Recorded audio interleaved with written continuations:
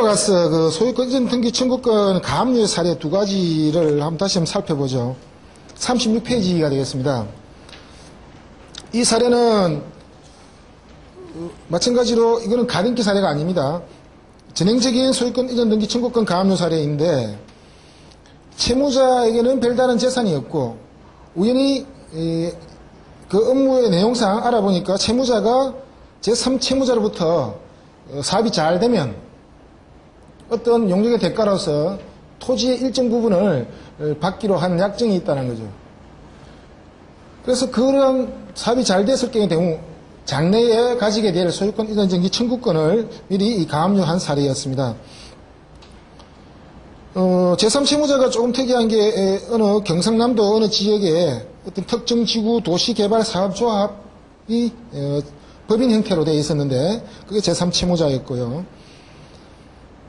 신청 취지는 부동산에 관한 별지목록 부동산에 관한 소유권 이전 등기 청구권을 가압류한다. 그 다음에 제3채무자에 대해서는 소유권 이전 등기 절차를 해주면 안 된다. 해주지 말아라. 채무자에 대해서는 그 청구권 자체를 처분하거나 양도하지 말아라 라는 형태 이런 주문으로 나가게 되고요.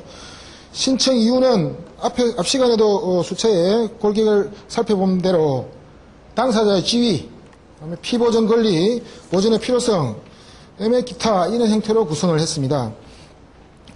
물론 뭐 당사자의 지위는 채권자, 채무자, 그다음에 그 관계가 된 이유, 여기서 채권자는 땡땡 회계법인이었는데 회계법인에서는 그 상당히 규모가 큰 회계법인이라서 각종 사업성 분석이라든가 그에 대한 세무자문 용역을 많이 해가고 있는데 이 사업 규모에 따라서 용역료가 몇억 단위, 몇십억 단위로 발생되는 큰 덩치였습니다.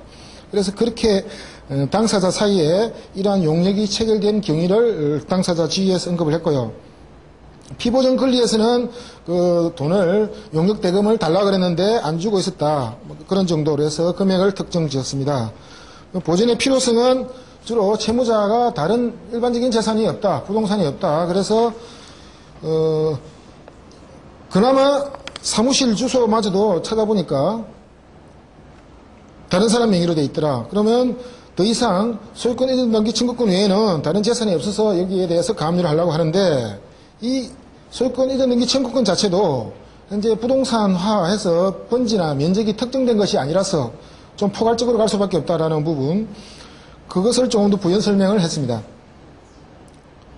기타 담보 제공 부분은 뭐 전형적인 형식이고, 그 다음에 합의 간할, 가압류의 간할은 뭐 전형적인 게였지만 본안을 간할하는 법원, 그 다음에 가압류할 목적물이 있는 곳, 여기에서는 소유권 이전 등기 청구권이니까 제3채무자의 주소지 간할, 그렇게 형성이 될 수 있는데, 의뢰인도 서울이고 저도 사무실이 서울이라서 가급적 서울의 간할을 찾아보려고 용역계약서를 뒤져보니까 어떤 용역계약서 말미에 당사자 합의해놓은 간할이 있다는 거죠. 그래서 간할을 정할 때 가급적이면 뭐 법무사 사무실이 편리한 곳이거나 의뢰인이 편리한 곳을 찾게 될 것이고, 그러한 찾지 못하면 결국은 이제 법의 정연으로 가야 되는데 본안의 간할, 합의 간할도 충분히 본안의 간할이 되기 때문에 용역계약서를 아니면 관련 근거 계약서에 관할 합의 조항을 찾아보면 간할을 선택할 수 있는 편리한 점이 있습니다. 39페이지 아랫부분에 보면 소유권 이전 등기 청구권의 표시를 이 경우는 각 소유권 이전 등기 청구권의 사례마다 표시하는 형식이 틀릴 것이고요. 특히 뭐 재건축, 재개발에 있어서도 그 경우에는 또 표시하는 형식이 또 틀릴 것이고, 그 케이스들은 각 사례집이나 서식집, 법원 실무제도에 그 청구권을 표시하는 별지 목록을 기재하는 요령은 다 나와 있습니다. 이 사례에 있어서는 조금 특이한 사례로서 인용을 했습니다. 경남 어느 지역의 개발 사업과 관련해서 채무자가 제3채무자로부터 일체 사업을 대행을 하고 나중에 사업이 잘 됐을 때 부동산을 가져가기로 했는데 현재로서는 그 부동산의 지번이나 지목이나 면적을 특정할 수 없다.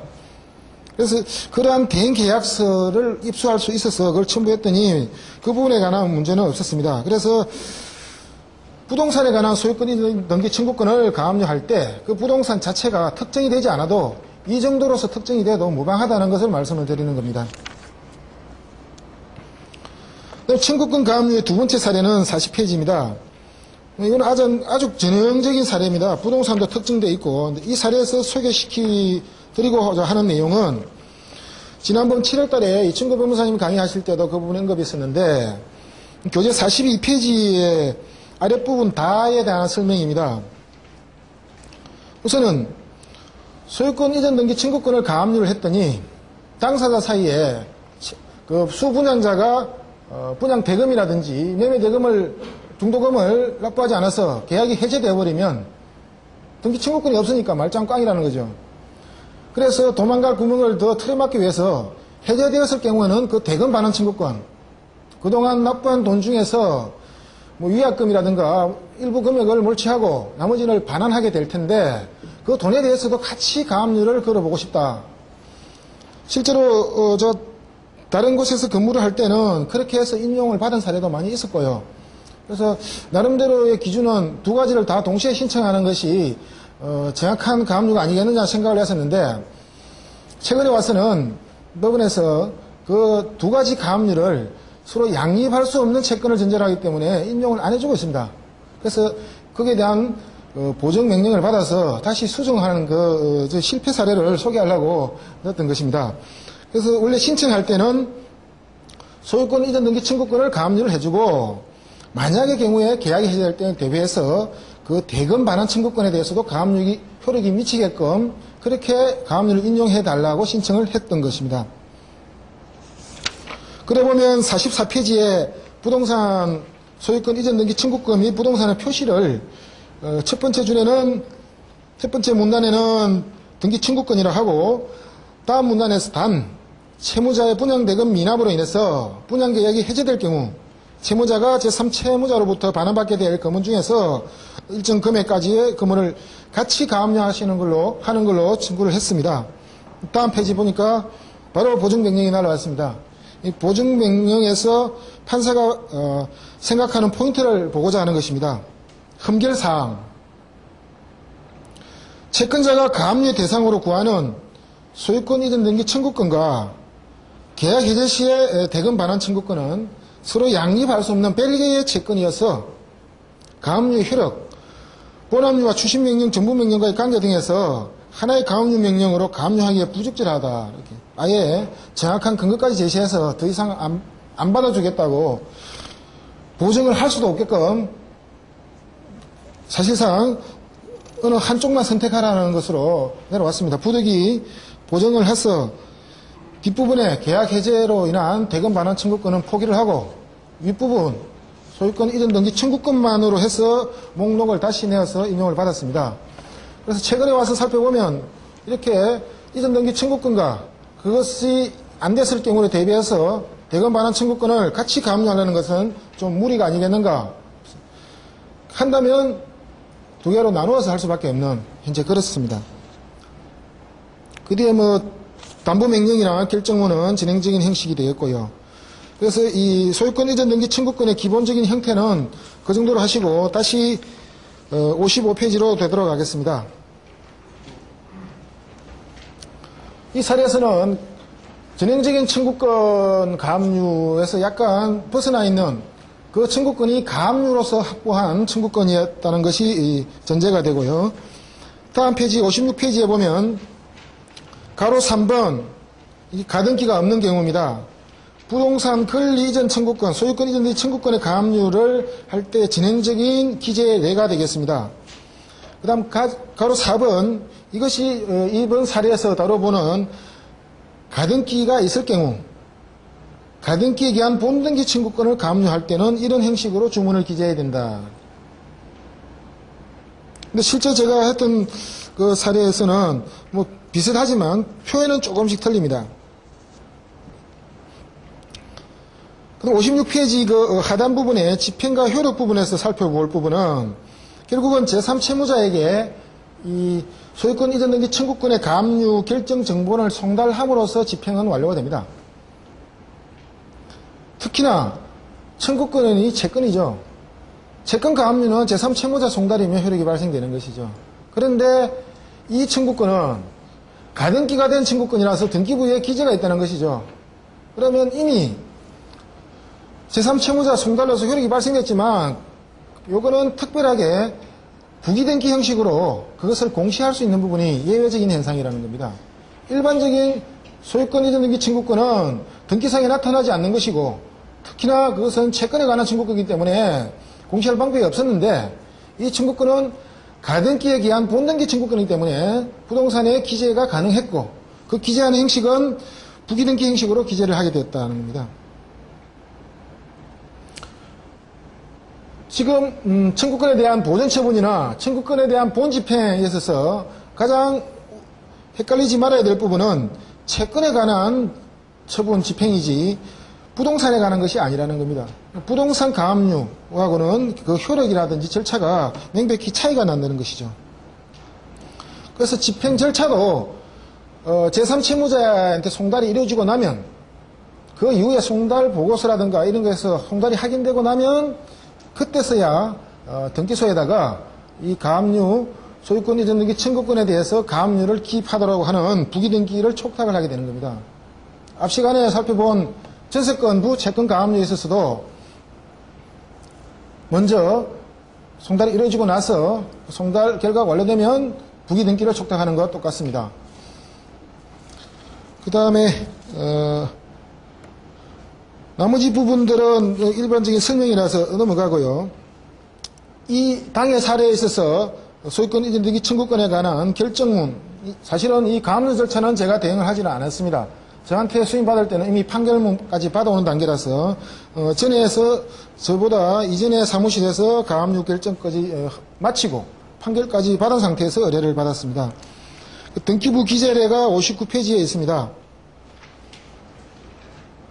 실제 소유자는 박땡인, 그 다음에 이 소유자에 대해서 소유권 이전 등기 청구권을 가지는 자가 가등기를 냈습니다. 매매 예약으로. 그 권리자가 김땡인데 김 여사가 채무자라는 것이죠.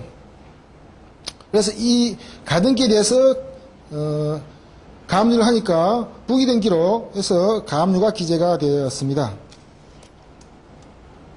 앞 시간에 전세권부 채권 가압류에 대한 등록세 부분에 문의가 있었는데요. 확인해 보니까 부기등기 형식으로 해서 3,600원을 등록세를 납부하는 것이지 결국 채권 가압류라고 해서 청구 채권 금액으로 천분지를 하는 것이 아니라 3,600원이라는 것을 한 번 더 유념해 주시고요. 이 경우에도 마찬가지가 되겠죠. 자, 여기에서 이제 가압류는 이렇게 맞춰져 있었고 판결을 살펴보겠습니다. 60페이지가 됩니다. 판결문이 하도 길어서 제목만 발췌를 했고 필요한 부분만 인용을 했습니다. 주문에 보면 피고는 원고한테서, 참 법원에도 표현이 많이 완화되었습니다. 원고한테서 돈을 지급하라, 금원을 지급하라는데 돈을 지급하라 이렇게 되죠. 뭐 전에는 완제 이를 때까지, 요즘은 다 갚을 때까지. 그래서 판결문에 원고한테서 하는 것도 참 생소하고 그렇습니다만, 별지 목록에 기재 물건들을 인도받은가 동시에 맨 마지막에 내놓으면 돈을 지급하라. 동시행 판결이 났다는 것이죠. 왜 동시행 판결이 났느냐는 것은 판결의 기본적인 세부 내용에 쭉 내용이 나옵니다. 그러다 보니 이 집행을 시작하려면, 강제 집행을 시작하려면 이 동시이행 조건을 성취를 시켜야 되기 때문에 그 성취의 수단이 뭐냐? 그래서 물품공탁으로 진행이 된 것입니다. 62페이지가 이제 물품공탁 절차가 진행이 되는데, 저는 뭐 법원에 근무를 해본 적이 없고 실제로 또 많은 분들을, 법원에 오랫동안 근무하신 분들한테 여쭤보기도 했습니다만은 물품공탁에 대해서 제대로 해봤다라고 이야기하는 사람을 거의 만나보지를 못했습니다. 실제로 물품공탁이 있긴 있어요. 물품공탁이 어려운 이유는 그 공탁물 보관자가 어렵기 때문에 그렇습니다. 물품 중에서도 간단한 서류, 뭐 등기 이전 서류라든가 뭐 일정한 서류는 은행에서 보관합니다. 은행 그 금고라든가 보관하기 때문에 제가 이 사건을 맡아서 공탁을 한 시점이 11월이거든요. 작년. 그때 사건 번호가 공탁의 번호가 이제 검전은 검 이렇게 들어가지 않습니까? 물로서 9호였습니다.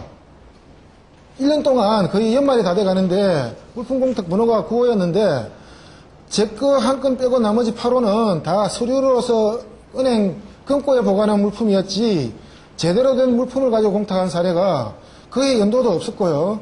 이 담당 공탁 공무원이 법원에 근무하는 동안 처음 봤다 그랬습니다. 그 다음에 30년 근무를 하시고 공탁 공무원도 고위직으로서 하셨던 분한테 물어봐도 한 번도 안 해봤다. 그래서 상당히 애로를 겪으면서 일을 했는데 첫째는 이 공탁소가 법원에서 운영을 하는 것인데 왜 물품 공탁을 받을 수 있는 창구업자를 공탁물 보관자로 지정을 해놓지 않았느냐라는 것이 의문이었습니다. 지금 법원 인터넷에 가지고 검색을 해보면 공탁물 보관자를 찾으면 검색을 하면 전국적으로 몇백 개가 나옵니다. 그 몇백 개가 다 은행입니다. 창구업자가 하나도 없어요. 실제로 없는가 싶어서 법원 행정처에다가 물어봤더니 실제로 없다고 그럽니다. 왜 순간 과거에는 있었대였죠. 주로 대한통운이 그런 것만 했다고 창구업을 하는데 없을 수밖에 없다는 이해를 하게 된 것은 이 물품을 공탁을 보관시켜 봐야 이게 돈도 나오지도 않고 찾아가지도 않고 그 공탁료는 나중에 찾아가는 사람으로부터 받아야 될 텐데 이 애물단지만 됐다는 거죠. 제가 대한통운의 경영자라도 그거 안 하려고 그러겠죠. 그래서 몇십 년 전에 10년 전인지 20년 전인지 모르겠지만 그 당시는 있었다 그러는데 최근에 와서는 그런 식으로는 운영이 안 돼서 법원에서도 지정을 할 수도 없고 그래서 공탁 업무를 담당하는 법원이 그 공탁할 물품 보관자로서 창구업자를 지정해 놓지도 않았다라는 것이 현실이라는 거죠. 그러면 필요로 하는 공탁자가 공탁물 보관자를 스스로 골라 물색을 해서 그 지정 신청을 받아서 그때는 지정을 해줄 테니 당신들이 알아서 보관료를 내든지 어든지 하고 공탁을 하라라는 우회적인 방법으로밖에 안 되더라는 것이죠.